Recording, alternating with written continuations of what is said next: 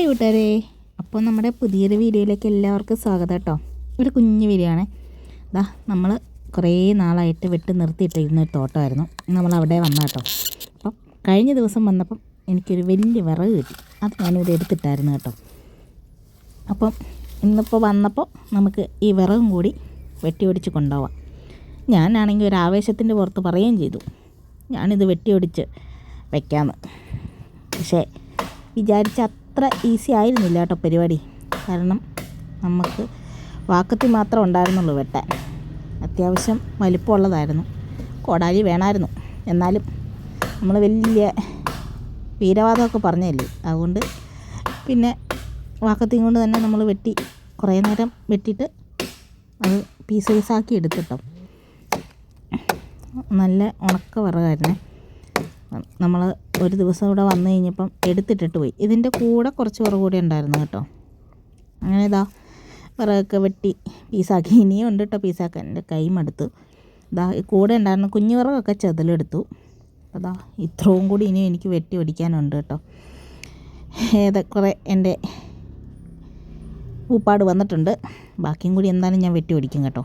അപ്പം കുറച്ച് റെസ്റ്റ് എടുക്കാമെന്ന് കരുതി അന്നേരം നോക്കിയപ്പോഴാണ് ഈ പൂവ് കണ്ടതേ.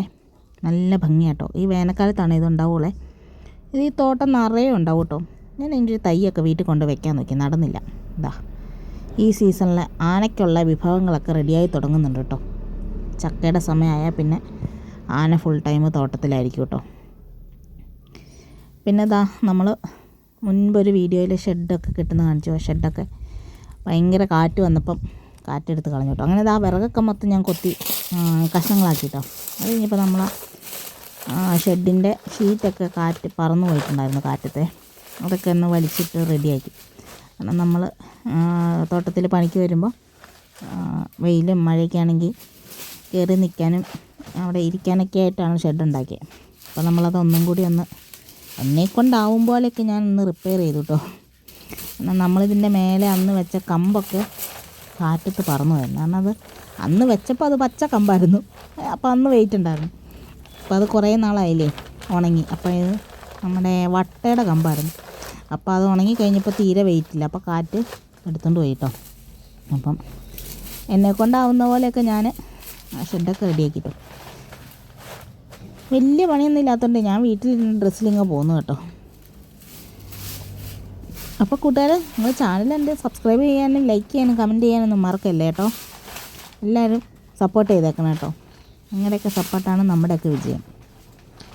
അപ്പോൾ അങ്ങനെ ഞാൻ നമ്മുടെ ഷെഡിൽ കുറച്ച് പണികളുണ്ട്, അതൊക്കെ ഒന്ന് തട്ടിക്കൂട്ടി ചെയ്തുകൊണ്ടിരിക്കുകയാണ് കേട്ടോ, എന്നെക്കൊണ്ടാവുന്ന പോലെ. അങ്ങനെ ഒരുവിധം നമ്മൾ വെയിലും മഴയൊന്നും ഏൽക്കാത്ത രീതിയിലാക്കിയിട്ടുണ്ട് കേട്ടോ. അവിടെ ഇലയുണ്ട്, നമുക്ക് ഇലയൊന്നും എടുത്ത് കളയാം. അപ്പോൾ നമുക്ക് വെയിലാണെങ്കിലും മഴയാണെങ്കിലും ഒക്കെ ഒന്ന് ഇതിൻ്റെ ഉള്ളിൽ റെസ്റ്റ് ചെയ്യാം കേട്ടോ. 2 പൊട്ട കസേരയൊക്കെ ഉണ്ട്. നോക്കി കണ്ടൊക്കെ പയ്യൊക്കെ ഇരുന്നാൽ നമുക്ക് അവിടെ ഇരിക്കാം കേട്ടോ. അത് കഴിഞ്ഞിട്ട് നമ്മൾ മരത്തിൻ്റെയൊക്കെ റെയിൻ ഗാർഡ് എടുക്കാമെന്ന് വെച്ചു കേട്ടോ. ഇനിയിപ്പോൾ അങ്ങോട്ട് വേനൽക്കാലമായില്ലേ. റെയിൻ ഗാർഡ് ഇരുന്നാലും നമുക്ക് ഇനി അത് പൊക്കാനും താത്താനൊക്കെ പോയി നമുക്ക് പണിയുടെ സമയം നഷ്ടമാണ്. അപ്പം റെയിൻ ഗാർഡ് എടുക്കുവാണ് കേട്ടോ.